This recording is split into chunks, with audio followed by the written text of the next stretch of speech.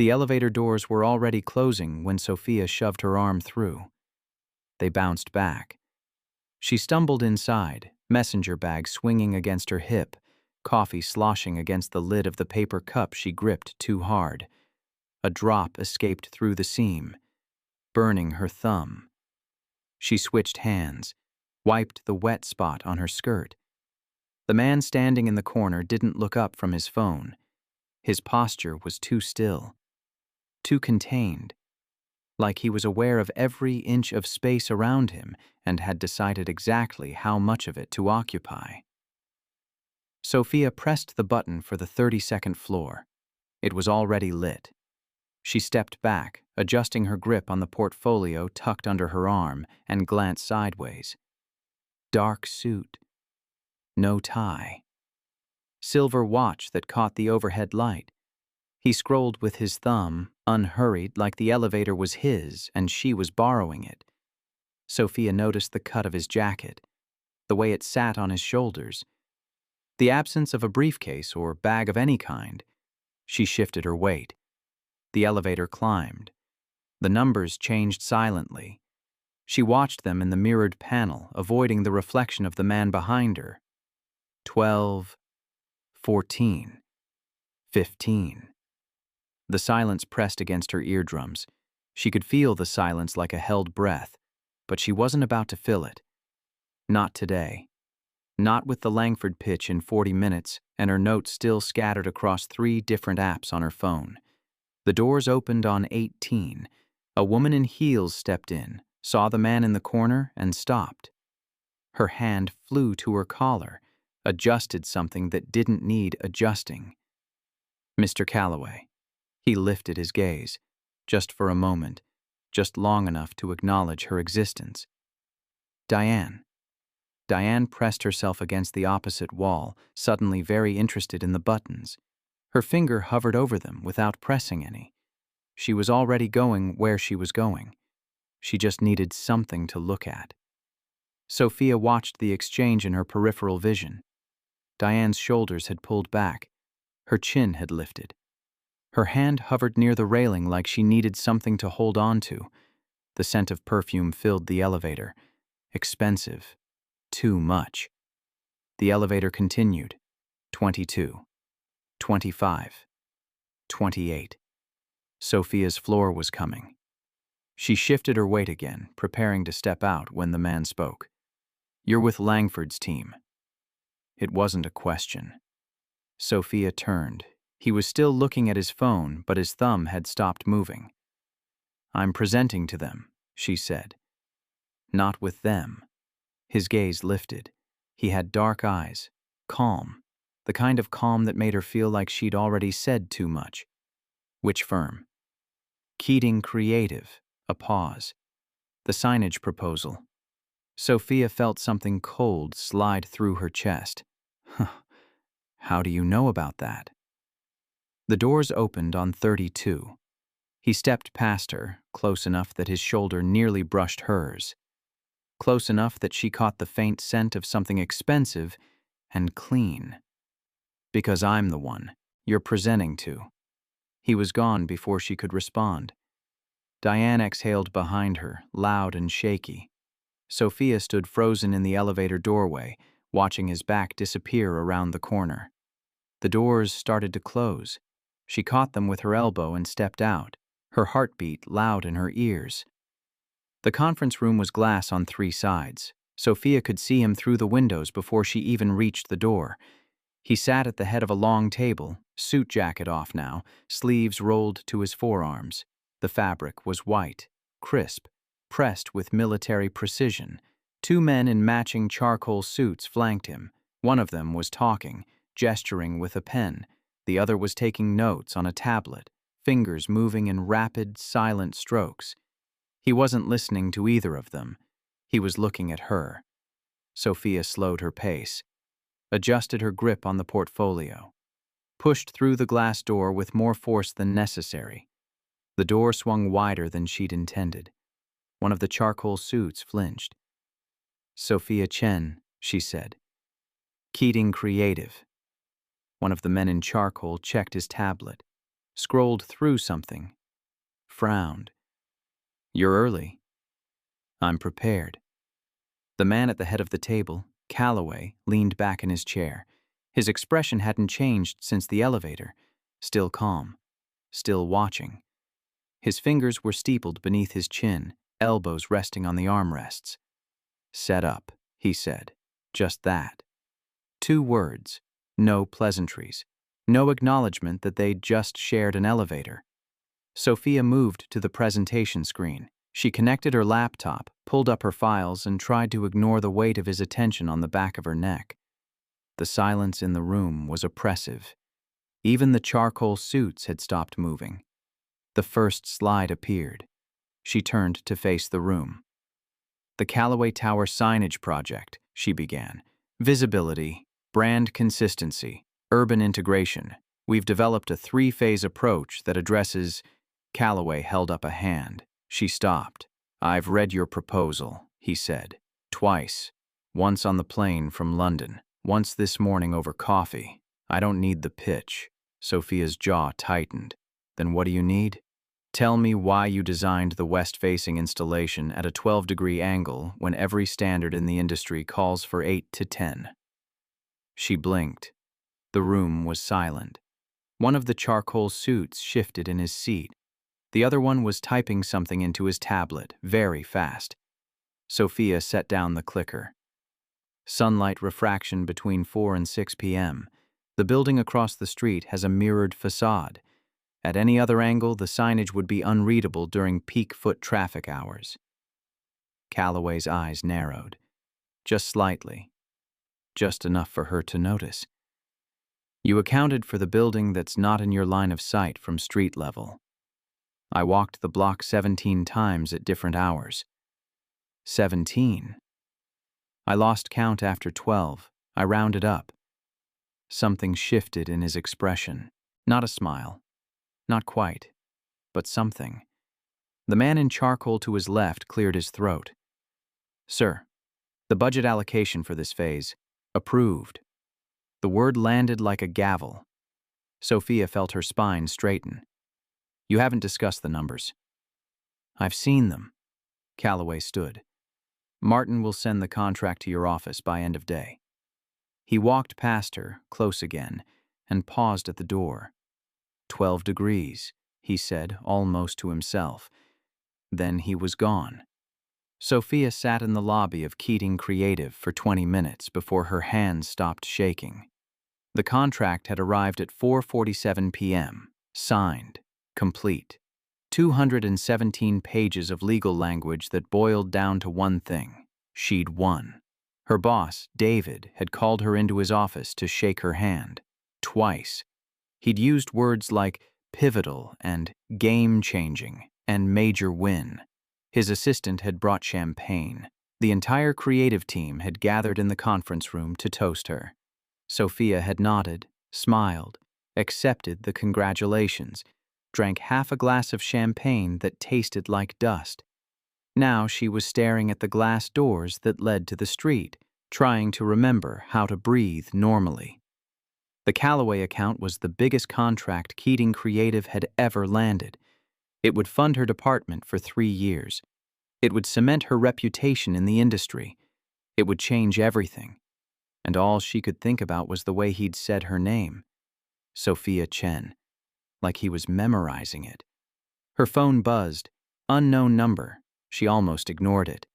Her thumb hovered over the decline button, but something made her swipe to answer. Sophia Chen. A pause, static, the distant sound of traffic, then a voice she recognized. The angle was wrong. Her stomach dropped. "Excuse me?" 12 degrees accounts for summer positioning. By October, the shadow line shifts. She was on her feet before she realized it. "Who is this?" "You know who this is." She did. She pressed her free hand against her thigh to stop it from trembling. "I reviewed the calculations. 14 degrees in October. I noted the seasonal adjustment in Appendix C." Silence. She could hear him breathing. Slow, measured. "Page 47, she added. "Paragraph 3. Another pause. I missed it. Clearly. The line went dead. Sophia stared at her phone. Her reflection stared back, distorted in the dark screen. Behind her, the lobby doors opened. David stepped out, coat in hand. Sophia, you're still here? She turned. Just finishing up. David glanced at her phone, at her face. Something flickered in his expression, but he didn't ask. Get some rest, he said. Big week ahead. She nodded, watched him leave. Her phone buzzed again. Unknown number. Dinner. Tomorrow, 7 p.m. I'll send a car? No name, no question mark. Sophia's thumb hovered over the screen. She should say no. She should delete the message and pretend this entire day had been a fever dream, brought on by too much caffeine and too little sleep. She typed, "Why?" The response came in seconds. Because you didn't flinch. The car arrived at 6:45. Sophia had changed 3 times, settled on a black dress she'd bought for a wedding 2 years ago and never worn. It still had the tags on it. She'd spent the last hour convincing herself this was a business dinner, a client meeting, a professional courtesy. She'd almost believed it. The driver was a large man with a shaved head and an earpiece. He opened the door for her without speaking. The interior was dark leather, climate-controlled. Silent. Sophia sat in the center of the back seat, hands folded in her lap, watching the city slide past the tinted windows. They didn't go toward downtown. They turned north, toward the waterfront, where the buildings grew taller and the streets grew quieter. The car stopped in front of a restaurant she'd never seen before. No sign. No visible entrance. Just a black door set into a stone wall that looked centuries old. The driver opened her door. Sophia stepped out. Her heels clicked against the pavement. The air smelled like salt and rain, though the sky was clear. The black door opened before she reached it. A woman in a tailored suit stood inside, tablet in hand. She had the posture of someone who had been standing for hours and would stand for hours more. Miss Chen, this way. No greeting. No small talk. Just directions. Sophia followed her through a narrow hallway lit by recessed lights, past a kitchen where flames leapt from pans and voices barked in French, through a second door and into a room that was almost entirely empty. 1 table, 2 chairs. A wall of windows overlooking the harbor. The rest of the space was bare. No art, no decoration. Just hardwood floors and white walls and the black expanse of water beyond the glass. Dominic stood by the window, his back to her, a drink in his hand. The suit jacket was gone again. He'd changed since the elevator. This shirt was darker. Fitted. He didn't turn when she entered. You came. His voice was different here. Softer. Less controlled. Sophia stopped 3 feet inside the doorway. You sent a car? I asked. You accepted. You didn't ask. You told. He turned then. His eyes moved over her, slow, deliberate. Not assessing. Not appraising. Something else. Something she couldn't name. Something that made her skin prickle with awareness. Sit. She didn't move. His lips twitched. Almost a smile. Please. Sophia crossed the room and sat in the chair facing the window. The harbor lights reflected on the water like scattered gold. A boat moved silently in the distance, its lights blinking red and green. Dominic took the seat across from her. His drink was amber. His posture was relaxed. His attention was absolute. You're uncomfortable, he said. I'm confused. About what? This. She gestured at the room, the table, him, the empty space that felt intentional rather than sparse. The contract was signed. The deal is done. What's this about? He set down his glass. The ice clinked softly. I don't know. Sophia blinked. You don't know. No. You invited me to dinner and you don't know why. I invited you because I wanted to. The why is still unclear. He paused. Does that bother you? She considered lying, decided against it. It should, but it doesn't. Not as much as it should. A waiter appeared with menus. Calloway waved him away. "Order for me," he said. "Whatever you think I'd like." Sophia opened her mouth to protest, closed it, picked up the menu and scanned the options. "The branzino," she said to the waiter. "Grilled, light on the oil, side of roasted vegetables, no potatoes." Calloway raised an eyebrow. "And for you, ma'am?" Sophia handed back the menu. "The same." The waiter disappeared. Calloway leaned back in his chair. "How did you know?" "You ordered seltzer, not wine. You rolled your sleeves but didn't loosen your collar. You walked the perimeter of the conference room before sitting down. And that tells you I want grilled fish. It tells me you're disciplined, controlled. You don't indulge unless there's a reason." Silence. His fingers tapped once against the table. "And the potatoes?" "Filler. You don't like filler." The almost smile returned, lingered. "Sophia Chen," he said. Her name sounded different in his voice, slower, more deliberate. "What do you want?" She didn't hesitate. "To know what this is." "Dinner." "It's not dinner. It's the beginning." "Of what?" He picked up his glass, took a slow sip, set it down. "I don't know that either." The branzino was perfect. They ate in near silence, the kind that should have been uncomfortable but wasn't. Sophia found herself watching his hands as he cut into the fish, precise, economical movements that matched everything else about him. "You're staring," he said without looking up. "You're interesting. Most people find me intimidating. I walked the same block 17 times to study a building's shadow. I don't intimidate easily." He set down his fork, met her eyes. "Ask me something." Sophia considered. "Why signage?" "Clarity, identity. A building should announce itself." "Personal or professional philosophy?" "Both." She took a sip of water. "Your turn." "Why design?" "Because I see things other people miss. Like 12-degree angles.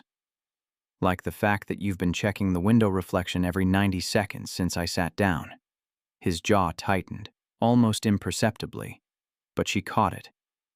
"Security habit," he said, "or paranoia." "Same thing. Where I come from."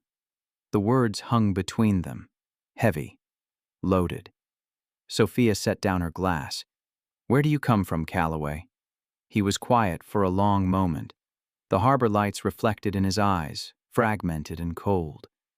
"Somewhere I don't discuss at dinner." She nodded. Didn't push.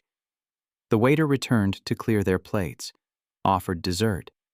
Calloway declined with a gesture that was almost dismissive. "Walk with me," he said. It wasn't a question. Sophia stood. The harbor was colder than she'd expected. Wind came off the water in sharp gusts, cutting through her dress, raising goosebumps on her arms. She should have brought a jacket, should have planned for this, should have remembered that October nights near the water could turn bitter without warning. A weight settled on her shoulders. She looked down. Calloway's jacket. The fabric was warm from his body, lined with something soft. The scent of him clung to the collar. Something clean. Something expensive. Something unfamiliar. He didn't acknowledge the gesture. Just kept walking, hands in his pockets, eyes on the water. His white shirt was thin. He had to be cold. He didn't show it. They walked in silence for several minutes, past moored yachts with covered decks, past a closed fish market with ice melting in empty bins, past stacks of lobster traps wrapped in weathered netting, past a group of men loading crates onto a truck who stopped working to watch them pass. One of them whistled. Long, low. Calloway's head turned, just slightly, just enough. The whistling stopped. The men went back to work. Faster now, they kept walking. "You do that often," Sophia said. "What?" "Make people stop." He didn't answer, but his jaw flexed again, that almost invisible tell she was beginning to catalog. They reached the end of the pier. Water lapped against the pilings below. The city glittered behind them, distant and indifferent. Calloway turned to face her. "I'm going to tell you something," he said, "and you're going to have a choice about what you do with it." Sophia's pulse quickened. She kept her expression neutral. "I didn't invite you here because of the signage project." "I know. I invited you because I've been watching you for 3 months." Her breath caught. "Watching me? Your work? Your presentations? The way you move through a room?" "That's intrusive, I know."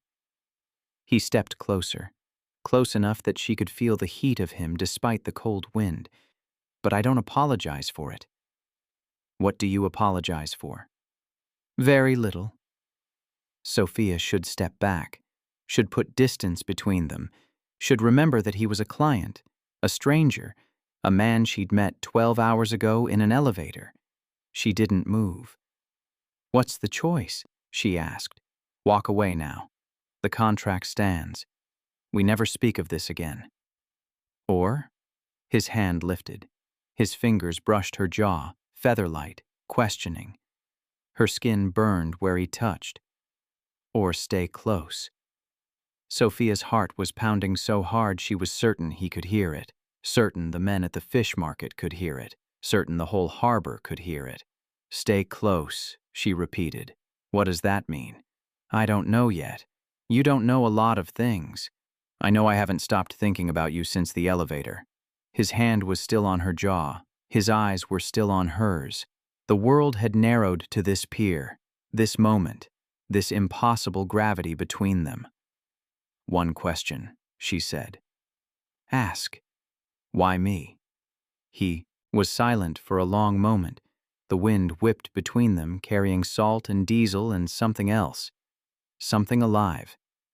"Because you saw the angle," he said finally. "The one everyone else missed." It wasn't an answer. Not really. But it was enough.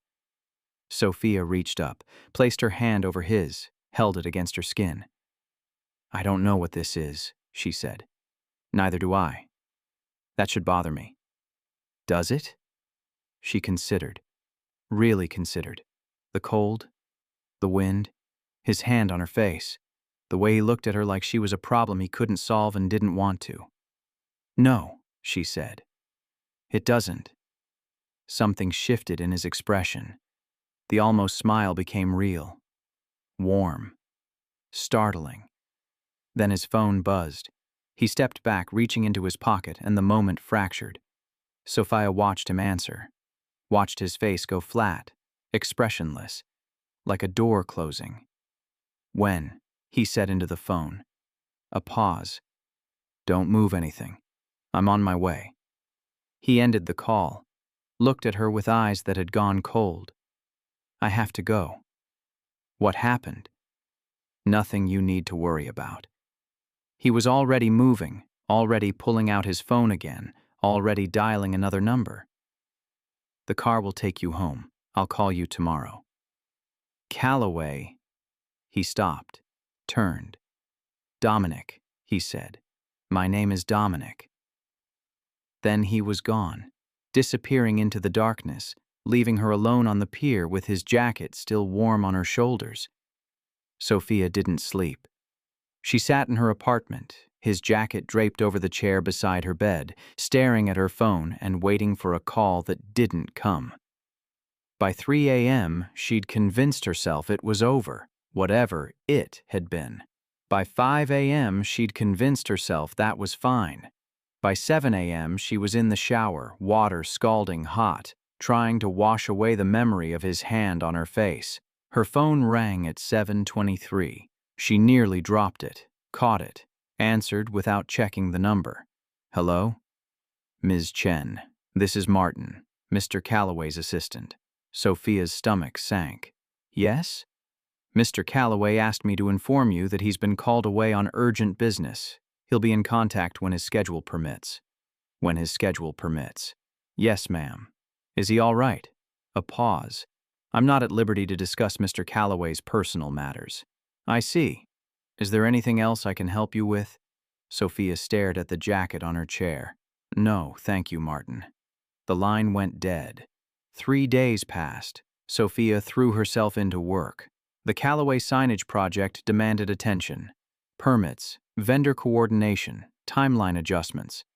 She buried herself in the details, staying late, arriving early, avoiding conversations with colleagues who wanted to know about her big win. She didn't mention the dinner, the pier, the name she now couldn't stop thinking about. Dominic. On the 4th day, a package arrived at her office. Small. No return address.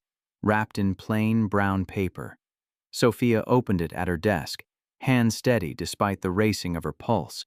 Inside was a jewelry box. Inside the box was a silver bracelet.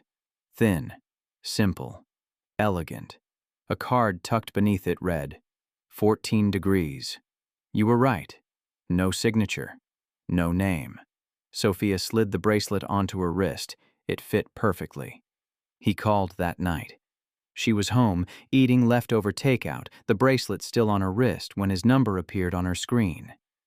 Sophia. His voice was rougher than she remembered. Tired. Dominic. I'm sorry. The words surprised her. She set down her chopsticks. 4? Leaving. Not calling. The last 4 days. Are you all right? A pause. She heard something in the background. Voices, traffic, the distant wail of a siren. No, he said. But I'm getting there. Where are you? London, just landed. London. She processed this. Business? Family. The word was clipped. Final. She didn't push. The bracelet is beautiful, she said instead. My grandmother's. I found it in the safe before I left. Sophia's hand went to her wrist. Your grandmother's? She would have liked you. Would have? She died when I was 12. Sophia closed her eyes. Dominic, wear it, please. I am. She could hear him breathing. Slow, measured, the same rhythm she remembered from the pier. I'll be back in 3 days, he said. There's an event, a gala, the Harrington Foundation. I've heard of it. Come with me. Sophia's heart stuttered. As your date? As whatever you want to be. She thought about the pier, the cold, his hand on her face, the way he'd looked at her like she was the answer to a question he hadn't asked yet. Yes, she said. I'll send details. A pause. Sophia? Yes? I meant what I said. Stay close. The line went dead. The gala was in 4 days. Sophia spent the first 2 convincing herself this was insane. She had 17 spreadsheets to update, 3 vendor calls to return, a deadline for the preliminary signage specs that she'd already pushed twice.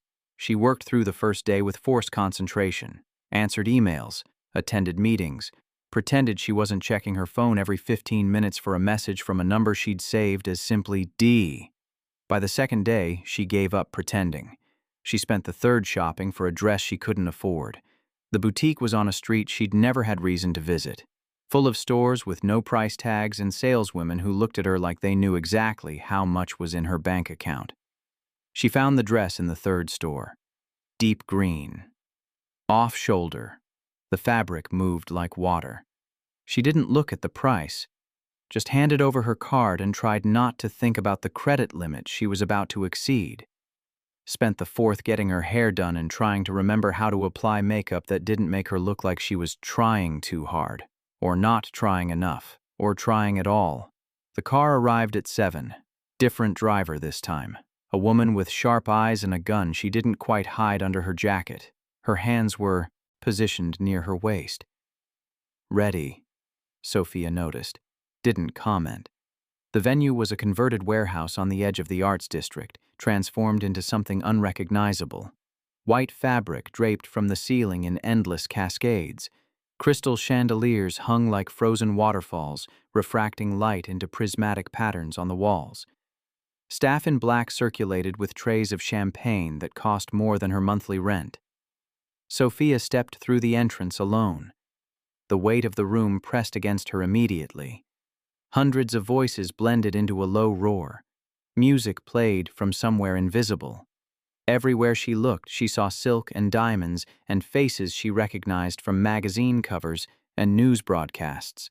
Politicians, celebrities, people whose net worth could probably fund small nations.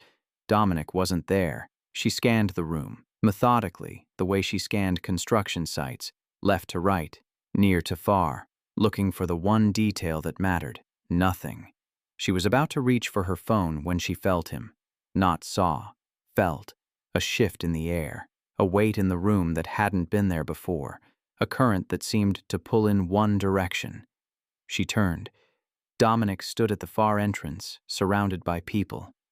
Men in suits leaning in to speak with him, gesturing with champagne flutes. Women in gowns angling for his attention, touching his arm when they laughed. Security flanking him, watchful and silent, their eyes scanning the room in constant rotation. He wasn't looking at them. He was looking at her. His suit was dark, nearly black. The cut was sharp, precise, emphasizing the width of his shoulders and the narrowness of his waist. His hair was different, shorter on the sides, swept back in a way that made his face look harder, older. The crowd between them was thick, dense, impenetrable, but he moved through it like it wasn't there. People stepped aside without being asked. Conversations paused as he passed. Someone called his name, a woman's voice, high and insistent, and he didn't turn, didn't acknowledge. His eyes never left Sophia. He stopped 3 feet from her. Sophia. She tried to respond. Couldn't. The dress she'd bought, deep green, off-shoulder, the most expensive thing she'd ever owned, suddenly felt inadequate. She felt inadequate, out of place, like she'd wandered into a world she didn't understand, and everyone knew it. "You're staring," he said. "So are you." His face split into that real smile, the one that transformed everything, the one that made him look young and open and entirely unlike the man she'd met in the elevator. "You're beautiful. You're late. I was watching you from the balcony, waiting to see what you'd do." Sophia's breath caught. "For how long?" "Since you arrived. Since you walked through the door and looked like you wanted to run and didn't." "That's creepy, I know." He stepped closer, extended his arm. The crowd had formed a loose circle around them, watching, pretending not to watch. "Dance with me." Is that a request or a command? "Which would you prefer?" She took his arm. The dance floor was crowded, but no one touched them. An invisible perimeter had formed around them. 3 feet, maybe 4.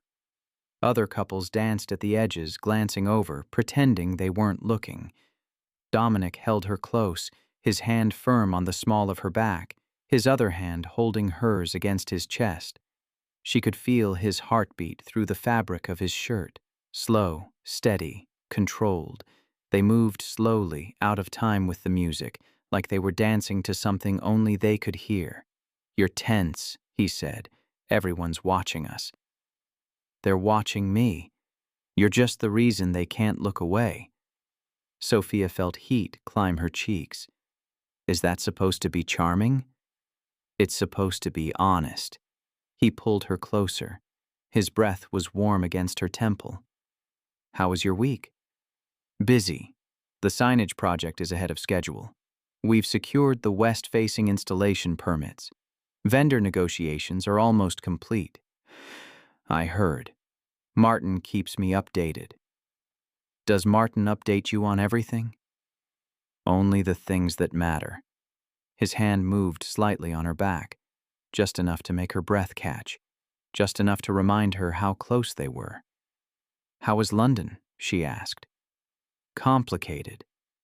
Family things usually are." This wasn't usual.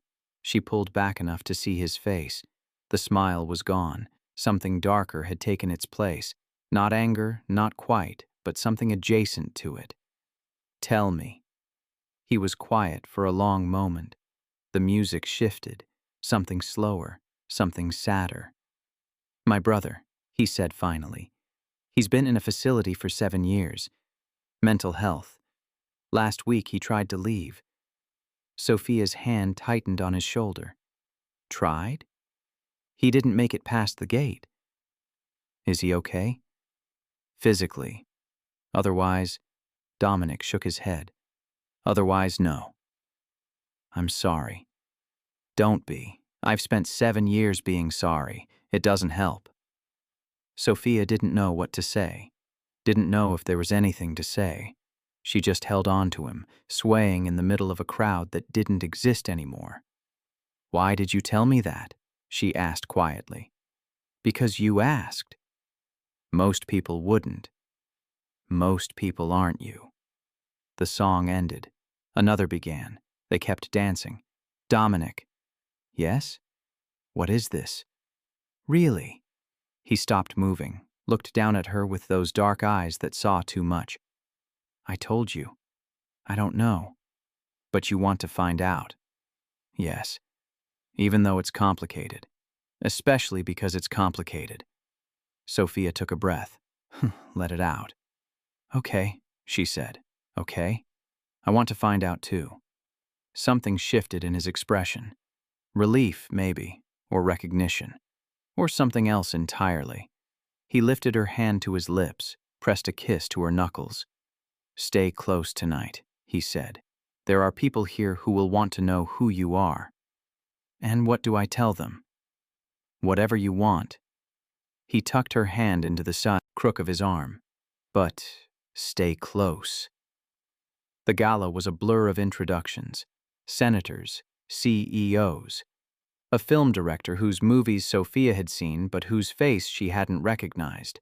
A woman who owned 3 newspapers and asked Sophia which one she worked for. Dominic never left her side. His hand on her elbow, his voice in her ear, low and guiding, telling her who was friendly, who was dangerous, who was neither. The man by the ice sculpture. Hendricks, he'll try to monopolize you. Don't let him. The woman in red, Celeste Montoya, she's fishing for information. Give her nothing. The couple by the bar, the Rutherfords, they're genuine. You can relax. Sophia navigated the conversations with his invisible guidance, answering questions, deflecting inquiries about her relationship with Dominic, pretending she belonged in a room full of people whose worlds she'd only ever glimpsed from the outside. By 11, she was exhausted. Come, Dominic said, steering her toward a side door. There's a garden. Quiet. They slipped out without anyone noticing.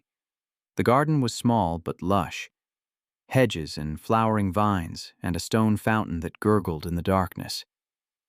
Fairy lights were strung through the branches overhead, casting soft shadows on the stone pathways. The noise of the gala faded behind them. Sophia could still hear it. The murmur of voices, the distant pulse of music. But it was muted now, contained. She sat on the fountain's edge and closed her eyes. The stone was cold through the fabric of her dress. The water behind her splashed in a gentle, endless rhythm. You're good at this, Dominic said, sitting beside her. At what? Surviving. She opened her eyes. That's a strange compliment. It's not a compliment, it's an observation. You observe a lot. I told you, I've been watching you for 3 months. Sophia turned to face him. The moonlight caught the angles of his face, softening them, making him look younger, more vulnerable. The hardness she'd seen in the elevator, in the conference room, at the dance floor, it was gone now. This was someone else, someone underneath. Why? She asked. Really, not the angle thing. Not the work. Why me? Dominic was silent for a long moment. The fountain splashed behind them. A breeze stirred the fairy lights overhead. Because you remind me of who I was before. Before what? Before all of this. He gestured vaguely at the building, the gala, the world they'd left behind. Before I became Calloway. And who were you before? He looked at her. really looked like he was deciding something, like he was weighing the cost of truth against the safety of silence. Someone who believed things could be simple. They can't? Not in my world. Sophia reached out, placed her hand on his, felt him tense, then relax beneath her touch. Maybe I'm not in your world, she said. Maybe I'm in mine. And maybe you're just visiting. He stared at her. Then, slowly, his hand turned beneath hers, his fingers interlaced with hers. Maybe, he said. The fountain gurgled. The night wrapped around them. Inside, music played and glasses clinked and people performed their endless, exhausting dance. Out here, it was quiet. I should tell you something, Dominic said. Sophia's pulse quickened. What? Tomorrow there's going to be news. About me. About my company. What kind of news? The kind that makes people take sides. She waited. I'm being investigated. SEC. Allegations of fraud. They're not true, but that won't matter. The story is already written. I'm supposed to be the villain. Sophia processed this. The weight of it. The implications. Why are you telling me? Because you have a choice. Again. He met her eyes. You can walk away now. Before your name is linked to mine. Before you become part of the story. Or, his hand tightened around hers. Or you stay close. And we figure this out together. Sophia thought about her job, her reputation, the career she'd spent years building. She thought about what it would mean to be associated with a man accused of fraud, even if the accusations were false. She thought about his hand on hers, the bracelet on her wrist, the way he looked at her like she was the only solid thing in a world that kept shifting beneath his feet. I'm already close, she said. Haven't you noticed? His breath caught. Just barely. Just enough. Sophia, ask me something else. What? You asked me to stay close. I'm staying. Now ask me something else. He stared at her for a long moment. Then he leaned in, close enough that she could feel his breath on her lips. Come home with me. It wasn't a question. It was barely a request. It was something raw and honest and terrifying. Sophia's heart was pounding so hard she could barely breathe. Yes, she whispered. His apartment was glass and steel and silence. Sophia stood in the center of his living room, heels in her hand, watching the city glitter beyond floor-to-ceiling windows that made her feel like she was floating. The space was massive, open, sparse, every piece of furniture chosen with deliberate precision. No clutter, no photographs, no evidence of a life beyond this moment. The elevator had opened directly into the apartment. Private, secure, no lobby, no witnesses. Dominic closed the door behind them. The click of the lock echoed through the empty space. Drink? He asked. Water. He moved to the kitchen. Open, minimalist, every surface immaculate. Black marble countertops, stainless steel appliances that looked like they'd never been used. Opened a cabinet, pulled out a glass. Sophia watched his movements. Precise, controlled. The same economy of motion she'd noticed at dinner, at the gala, everywhere. Nothing wasted, nothing uncertain. He filled the glass from a filtered tap, brought it to her. Their fingers brushed when she took it. You're nervous, he said. Yes, we don't have to, I know. She set down the glass on the table beside her. The surface was glass too. Everything here was glass, transparent, fragile. I'm still staying. Something flickered in his eyes. Heat, relief. That same unnamed thing she'd seen on the pier. Why? He asked. Because you asked. And because I wanted you to. He stepped closer. His hand lifted, brushed her cheek, slid into her hair. His touch was gentle, tentative, like he was waiting for her to pull away. She didn't. I'm not good at this, he said quietly. At what? Whatever this is. Whatever we're doing. Being with someone. Letting them in. Neither am I. But you're here anyway. Yes. His thumb traced the line of her jaw, the same gesture as the peer, but warmer now, more certain. His other hand found her waist, settled there, possessive but not demanding. Sophia, he said. Just her name. Nothing else. She rose on her toes, closed the distance between them, kissed him. His response was immediate, fierce. His arm wrapped around her waist, pulling her against him. His other hand stayed in her hair, tilting her head back, deepening the kiss. Sophia felt something inside her break open, something she'd been holding closed for years. She clung to him, matched his intensity, let herself be consumed. They stumbled backward. His back hit the window. The cold glass fogged where their bodies pressed against it. The city lights blurred behind him, a smear of gold and white. He pulled back, breathing hard, his forehead pressed against hers. His eyes were dark, hungry. "Bedroom," he said, not a question. She nodded. He lifted her, carried her down a hallway she barely registered. More glass, more silence, more emptiness. Set her down in a room dominated by a massive bed and more windows and the same impossible view. The city spread below them like a map of constellations. His hands found the zipper at her back, slid it down slowly, too slowly. "Dominic, I want to remember this."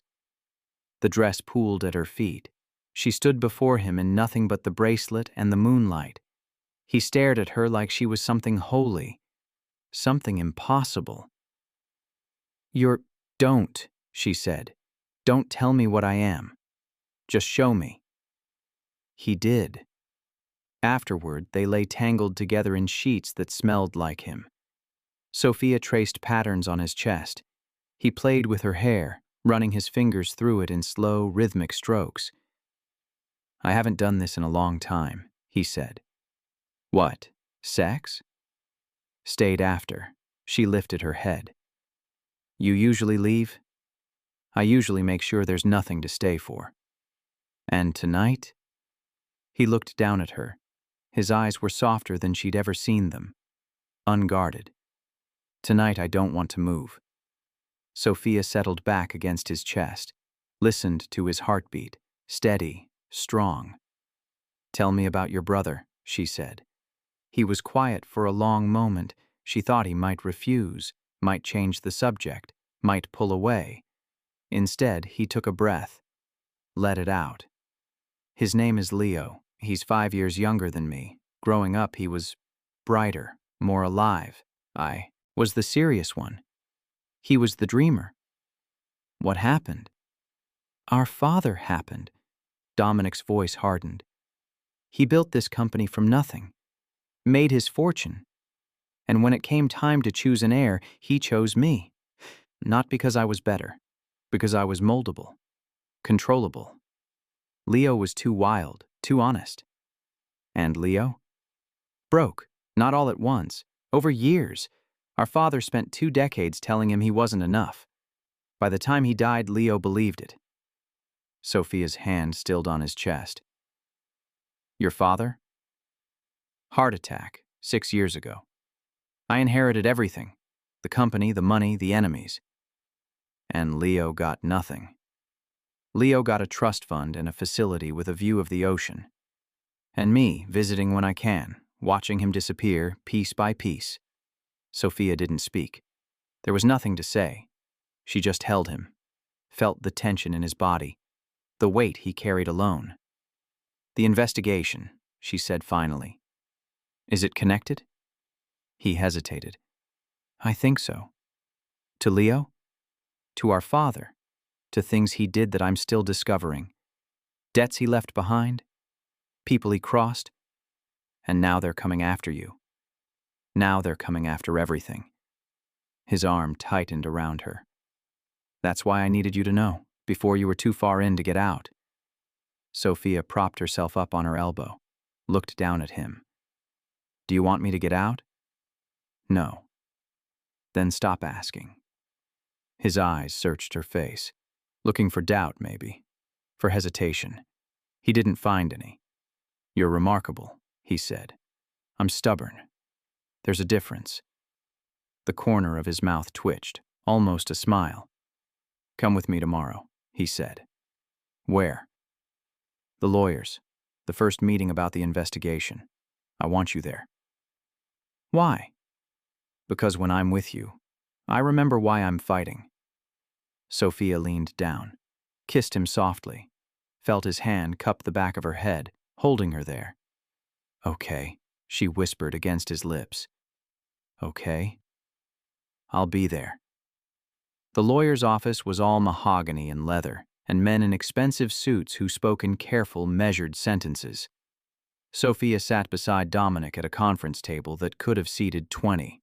Across from them were 3 attorneys, 2 paralegals, and a stack of documents thick enough to stop a door.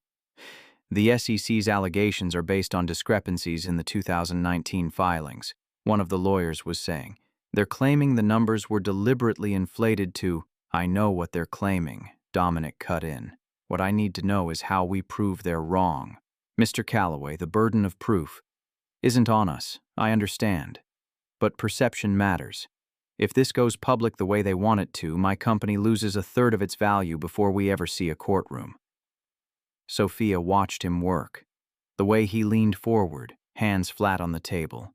The way his voice stayed calm even when his jaw tightened. The way the lawyers deferred to him, glanced at him, waited for his cues. He was in control, but barely.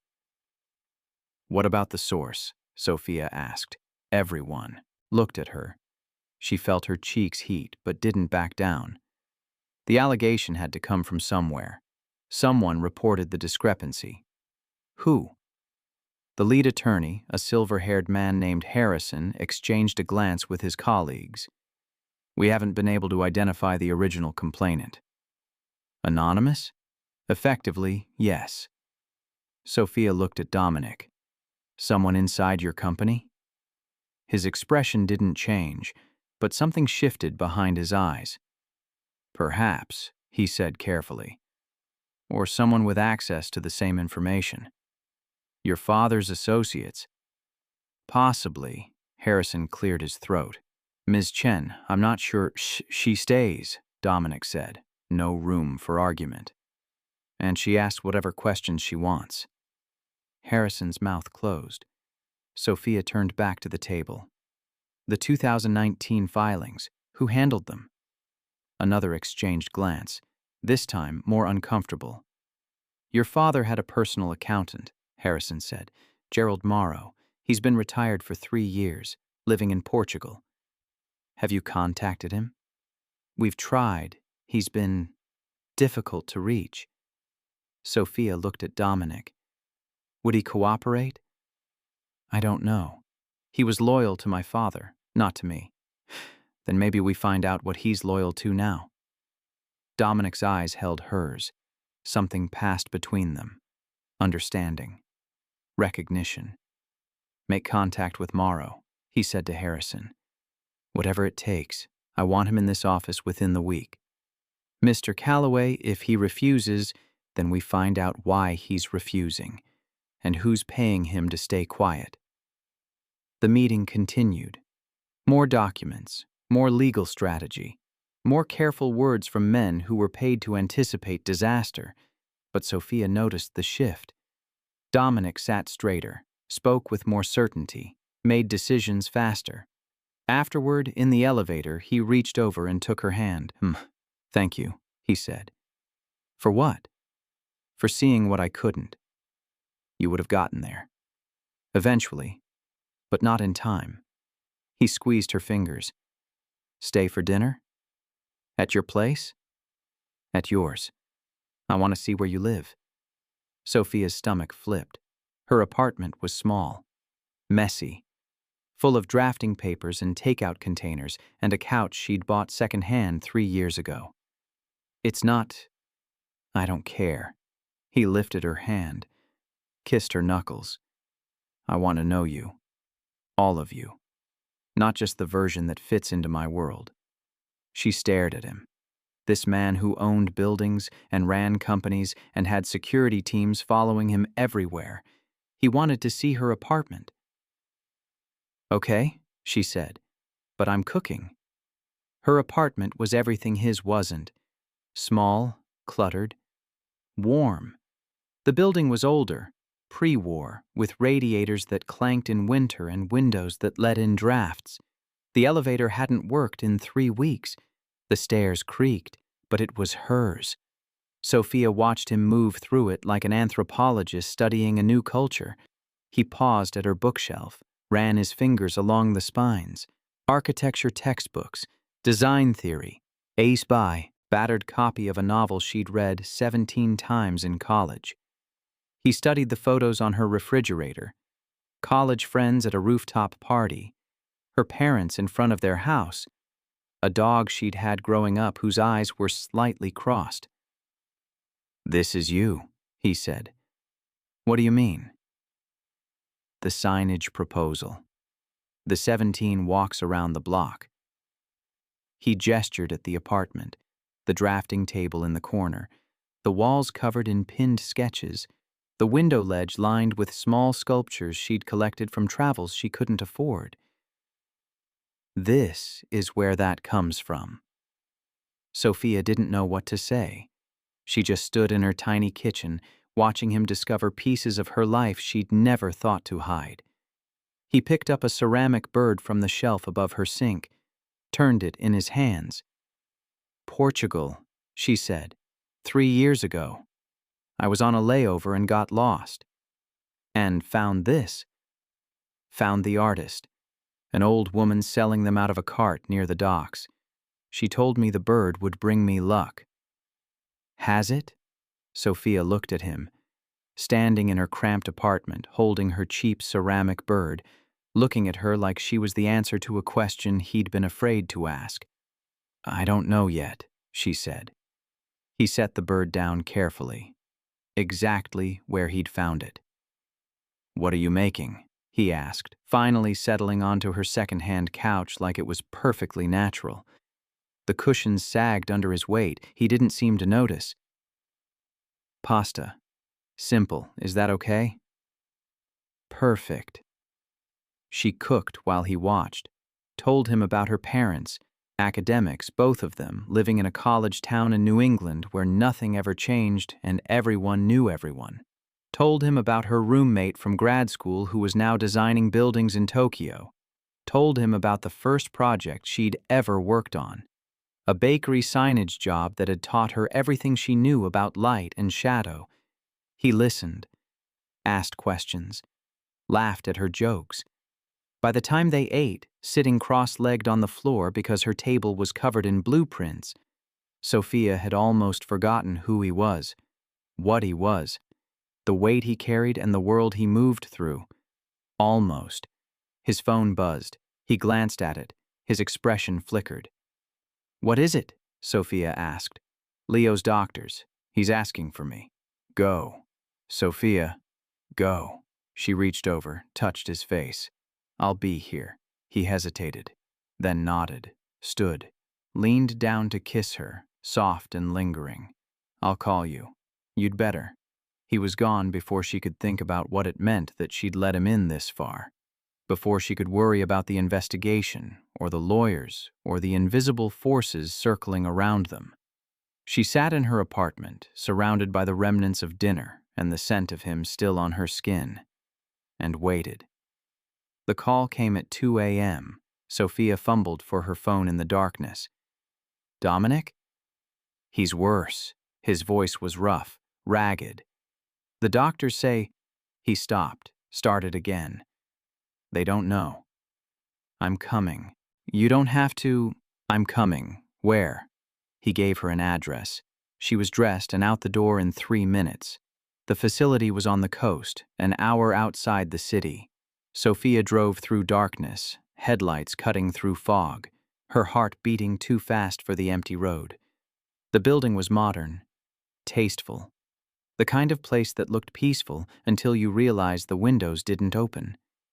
Dominic met her at the entrance. He looked destroyed. "Sophia." He said her name like it was the only word he remembered. She pulled him into her arms, held him while he shook. "Tell me," she whispered. He tried again. pills this time.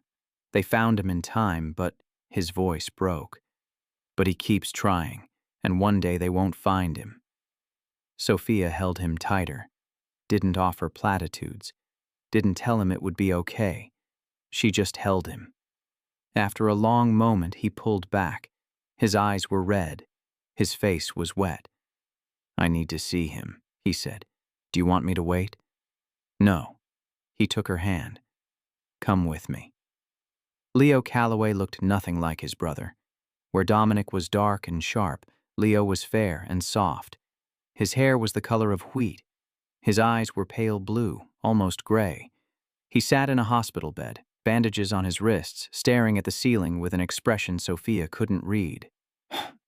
"Dom," he said when they entered.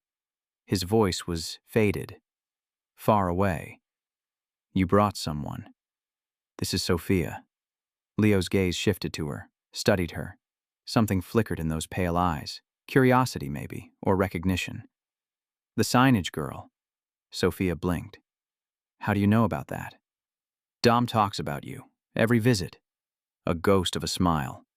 "He says you see things other people miss." Sophia looked at Dominic. He was staring at his brother, his expression tight with something she couldn't name. "Leo," Dominic said carefully. "The doctors said—" "I know what the doctors said."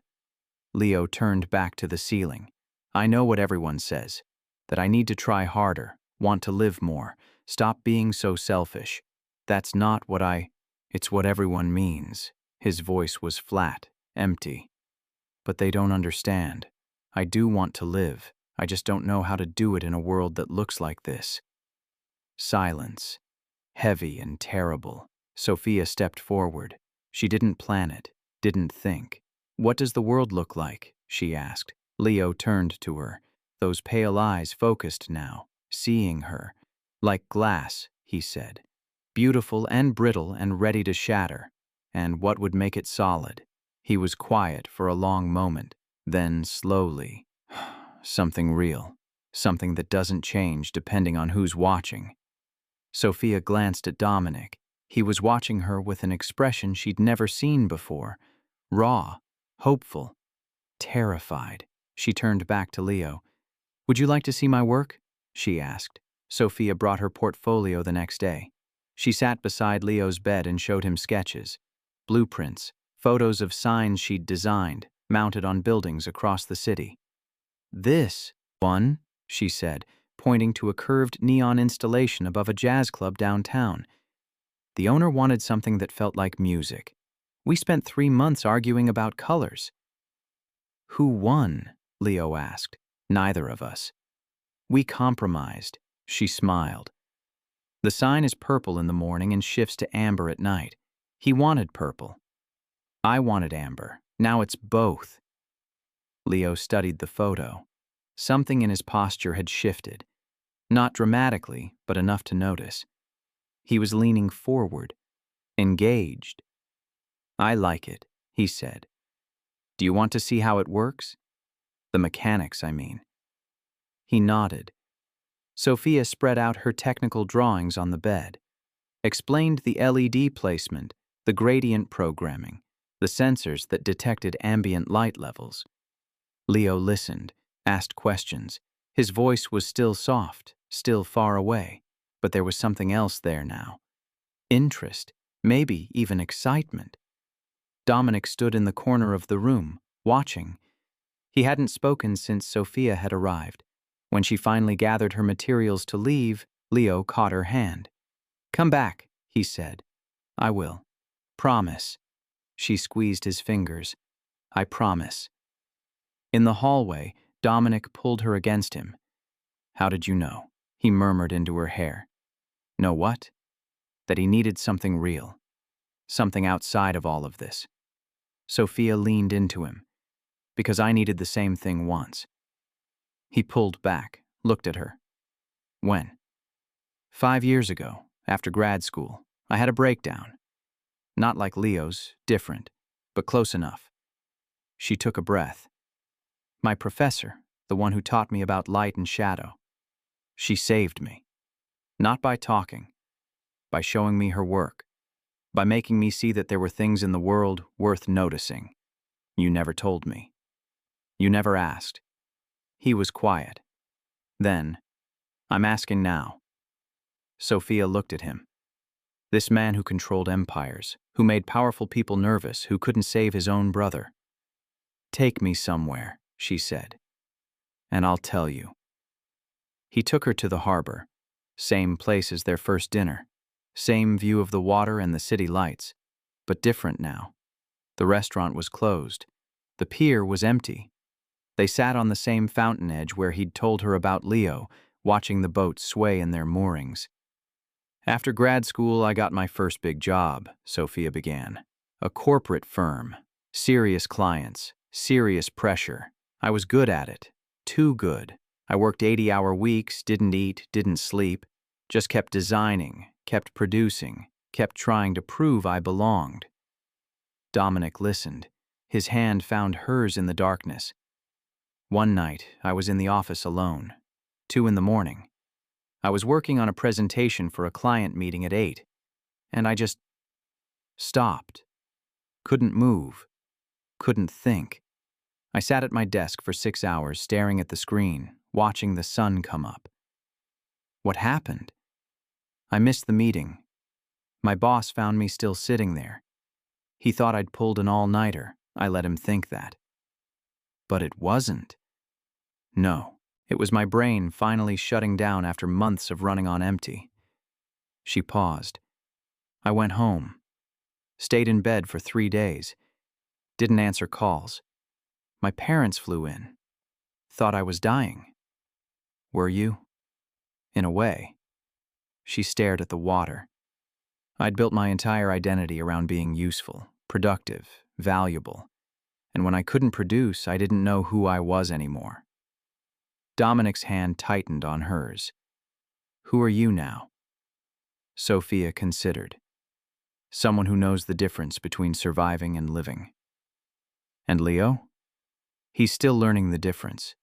But he can. If someone shows him it's possible. Silence. The water lapped against the pilings. Somewhere in the distance, a foghorn sounded.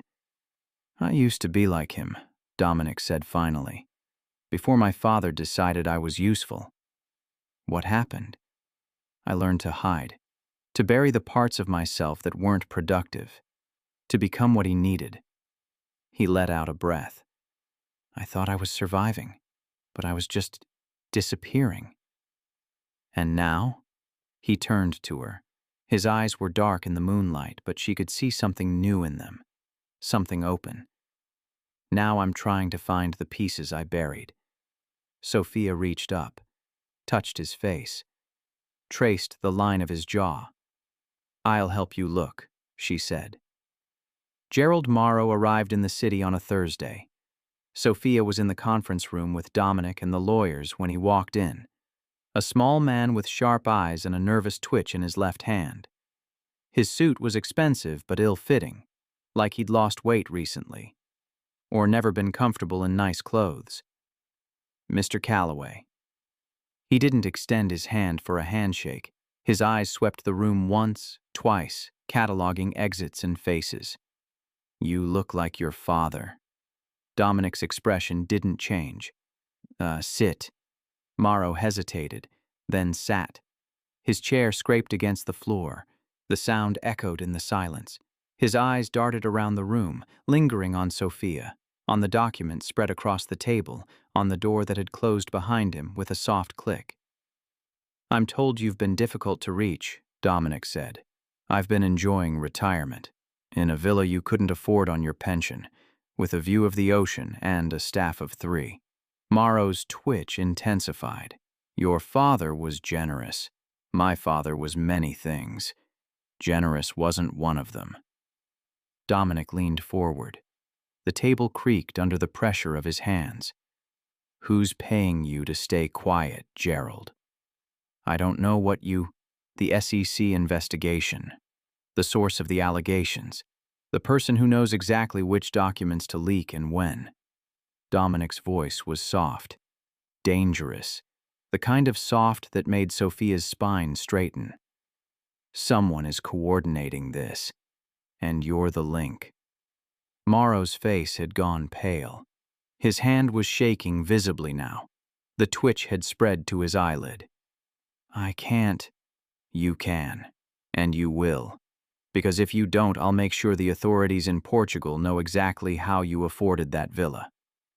Dominic slid a folder across the table. Tax records, bank transfers, a paper trail that leads directly back to a shell company you created in 2017. Morrow stared at the folder, didn't open it, didn't need to. His jaw worked, his hand trembled. It wasn't my idea, he said finally. I was just following orders. Whose orders? A long pause. The clock on the wall ticked. Harrison's pen stopped moving. Then, your brother's. The room went silent. Sophia watched Dominic's face, watched the color drain from it, watched his hands curl into fists on the table. Leo, he said. His voice was barely a whisper. Not directly. Morrow was talking faster now, tripping over his words. There's someone else. Someone who visits him, who's been planning this for years. Who? I don't know her real name. She goes by Victoria. She says she's a friend of your father's, but the way she talks about him, Morrow shuddered. She hated him. Hates you. Wants to bring down everything he built. Dominic stood. His chair scraped back violently. Where is she now? I don't... Where? Morrow flinched. She was going to see Leo today. She said she had something to tell him. Dominic was moving before Morrow finished speaking. He grabbed his phone, barked instructions to his security, slammed through the conference room door. Sophia was right behind him. They made it to the facility in 40 minutes. Dominic hadn't spoken the entire drive. His jaw was clenched, his hands white-knuckled on the steering wheel. Security vehicles flanked them, matching their speed. The facility looked the same as before. Peaceful, deceptive. But Sophia could feel something wrong. The air itself felt charged. They burst through the entrance, past the front desk, down the hallway toward Leo's room. A woman was walking toward them. She was tall, elegant, dark hair streaked with silver. She moved with the confidence of someone who had nothing to fear. Dominic stopped. Victoria, the woman smiled. It didn't reach her eyes. Dominic, you figured it out. I'm impressed. What are you doing here? Visiting an old friend. She tilted her head. Leo and I have become quite close. He tells me things about you, about your father, about the empire you're so desperate to protect. Sophia stepped forward. Who are you? Victoria's gaze shifted to her, cold, appraising. You must be the designer, the one Dominic's been parading around. She's pretty, Dom, but not very smart, getting mixed up in your mess. Answer the question, Dominic said. His voice was tight with barely controlled rage. I'm someone your father wronged, a long time ago, before you were born, before any of this existed. Victoria's smile sharpened. He stole everything from me, my company, my reputation, my future, and then he erased me from history like I never existed. So you're using Leo to destroy me. Leo understands me. He knows what it's like to be discarded, to be told you're nothing. Victoria stepped closer to Dominic. I'm not using him. I'm freeing him. By making him a weapon. By giving him a purpose. Sophia looked between them. At Dominic's fury. At Victoria's cold certainty. At the years of hatred and damage that hung in the air between them. Where is Leo? She asked. Victoria's smile flickered, just for a moment. Where he should have been all along. Dominic pushed past her, ran for Leo's room. The bed was empty. They found him on the roof. Sophia saw him first, a slim figure silhouetted against the gray sky, standing at the edge of the building, looking out at the ocean. Leo. He turned. His face was calm, peaceful almost. The bandages were gone from his wrists. He was wearing regular clothes, jeans, a sweater, like he was about to go somewhere. Sophia, he smiled. You came. Dominic was frozen beside her. She could feel the terror radiating off him. Leo, she said carefully, stepping forward. One step, then another. What are you doing up here? Watching the sunset. Victoria said this was the best view. He gestured at the horizon with one hand. The other hung at his side, relaxed. She was right. You can see all the way to the city, all the way to the harbor. Can you come down from there, away from the edge? Leo looked over his shoulder at the drop. 3 stories. Concrete below, then back at her. She said you'd be scared, that you'd think I was going to jump. His voice was gentle, not threatening, almost kind. But I'm not. I'm just thinking. About what? About what's real. What's solid. He looked at Dominic. About whether I want to keep living in this glass world. Dominic finally found his voice. It was broken, raw, the voice of a man watching his worst fear unfold. Leo, please, come down. Why? So you can lock me up again? Give me more pills? Tell me I'm sick? Leo shook his head. The movement was slow, deliberate. I'm not sick, Dom. I'm awake. For the first time in years, I can see clearly. What can you see? That Victoria was wrong. About you. About Father. About all of it. Leo's eyes glistened. Tears caught the fading light. She told me you were the enemy, that you kept me here because you hated me, because you were scared I'd take what was yours. But that's not true, is it? Dominic took a step forward, then another. His hands were shaking. No, it's not. You kept me here because you love me, and you didn't know what else to do. I didn't. Dominic's voice cracked. I still don't. Leo, I don't know how to help you. I never did. I just kept throwing money at doctors and facilities and hoping someone would figure it out. But no one did. No one could. Leo was quiet for a long moment. The wind pulled at his sweater, ruffled his wheat-colored hair. She knows, he said, looking at Sophia. She knows. Sophia's heart was pounding. Knows what? How to make things solid. How to find something real. He pointed at the bracelet on her wrist. That was grandmother's. She gave it to me before she died. I gave it to Dom when I went into the facility. Told him to give it to someone who would keep him grounded. Sophia's hand went to her wrist. The silver was warm against her skin. He found you, Leo said. And now I need you to find me. Sophia stepped forward. Carefully. Slowly. Each step deliberate. Each movement calm. How do I do that? Show me. Like you showed me the signs. Show me something that doesn't change depending on who's watching. Sophia was close now. Close enough to touch him. Close enough to see the tears on his face. Close enough to see that he wasn't standing at the edge because he wanted to fall. He was standing there because he needed someone to give him a reason to step back. She reached into her pocket, pulled out her phone, opened the photos. Look, she said. Leo looked. It was a picture of the jazz club sign, purple and amber, glowing against the night sky, taken from the street below, looking up. This is real, Sophia said. I made it, with my hands and my mind and my mistakes. It exists in the world. You can touch it, stand under it, watch it change colors when the sun moves. Leo stared at the photo. His hand moved slightly, like he wanted to reach for it. And this. Sophia swiped to another photo. The bakery I designed my first sign for. It's still there. The owner sends me a Christmas card every year. Same card, same message. Thank you for making us visible. Another swipe. The first sketch I ever made, in college. It's terrible. The proportions are wrong and the lettering is crooked, but I keep it because it reminds me where I started. Another. My parents. They're real. They love me even when I'm broken. Even when I can't produce. Even when I'm just there. Another. Dominic. The first time I saw him. in the elevator, before I knew who he was, before any of this. Leo looked up. His eyes were wet. You take pictures of things. I take pictures of things that are solid. So when the glass world starts to shatter, I have something to hold on to.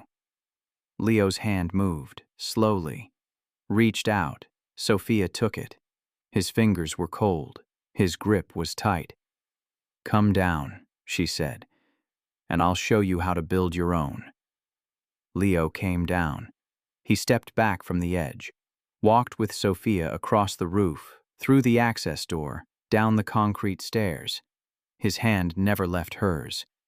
They moved through the building, past the frozen staff who hadn't known what to do, past the security team who had been ready to do something terrible if necessary, past Dominic, who was crying too hard to speak. Leo stopped when he reached his brother. I'm sorry, he said, for listening to her, for believing. Dominic pulled him into a hug, held him like he'd never let go. Sophia stepped back, gave them space. They stayed like that for a long time. Two brothers who had been separated by money and madness, and a father who had broken them both in different ways. Eventually, they made it to Leo's room, sat with him, talked about signs and colors and things that don't change.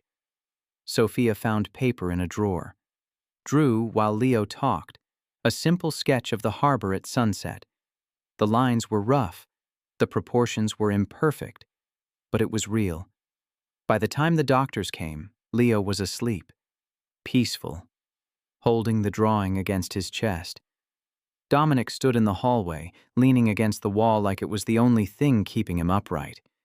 His tie was loosened, his shirt was wrinkled, his eyes were red. How did you know? He asked. I didn't. Sophia stood beside him, close enough to touch. I just remembered what it felt like to want something solid, and I gave him that. He came down because of you. He came down because he wanted to. She looked at him. You couldn't have done it alone, and you're not supposed to. Dominic pulled her into his arms, held her so tight she could barely breathe. Stay close, he whispered. Please. I'm right here. Victoria was arrested 3 days later. The evidence Morrow provided, combined with the paper trail Dominic's lawyers uncovered, was enough to charge her with conspiracy, fraud, manipulation of a mentally ill individual, and a half-dozen other crimes Sophia couldn't keep track of. She didn't go quietly. There were cameras at the courthouse, reporters shouting questions, Victoria walking in handcuffs, her silver-streaked hair pulled back, her face composed, her eyes finding Dominic in the crowd. She smiled at him. Cold, knowing. He didn't smile back.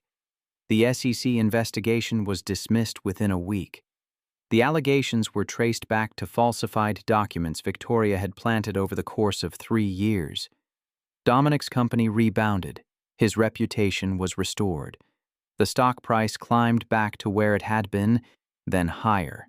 The newspapers ran stories about corporate espionage, about family betrayal, about a woman who had waited decades to destroy a man who was already dead. They got most of it wrong, but none of that mattered as much as what happened next. Leo left the facility on a Tuesday, not cured, not fixed, but stable, willing to try. The doctors had been skeptical at first. They'd seen patients leave before, seen them spiral, seen them come back.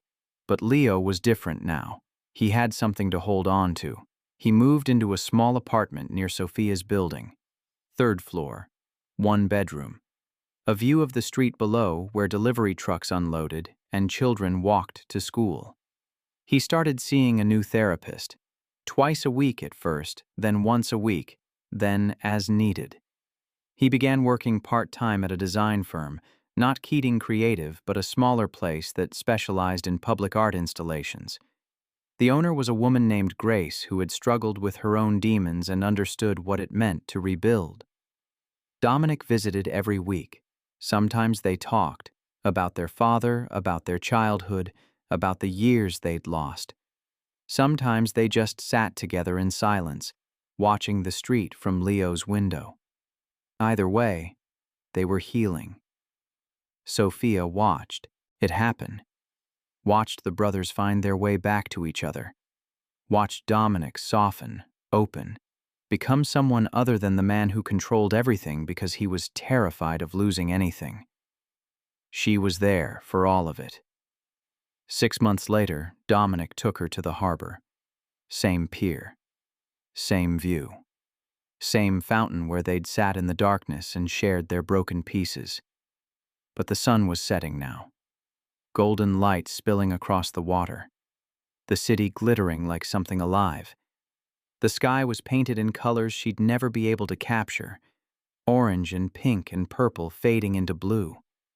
They walked to the end of the pier, sat on the fountain's edge. Dominic was quiet for a long time. His hand held hers, his thumb traced circles on her palm, then he pulled something from his pocket. A small box. Sophia's heart stopped. "I'm not asking you to marry me," he said quickly. The words tumbled out, nervous, un-Dominic-like. "Not yet. It's too soon." "We have time," she blinked. "You're not." "Not yet." He opened the box. Inside was a ring, simple, silver, a small diamond that caught the setting sun and scattered light across the stone fountain. "I'm asking you to stay close," he said. "For as long as you want. For as long as you'll have me. For as long as you can stand my security detail, and my lawyers, and my brother who calls you 3 times a week to discuss color theory." Sophia stared at the ring. At him. At this impossible man who had found her in an elevator and changed everything. "You're terrible at this," she said. "I know. You're supposed to get down on one knee. I didn't want you to think I was proposing, because I'm not. Yet." "Dominic." "Yes?" "Stop talking." He stopped. Sophia took the ring from the box, slid it onto her finger. It fit perfectly, like it had been made for her, like it had been waiting. "Ask me again," she said. "In a year. When you're ready. Get it right."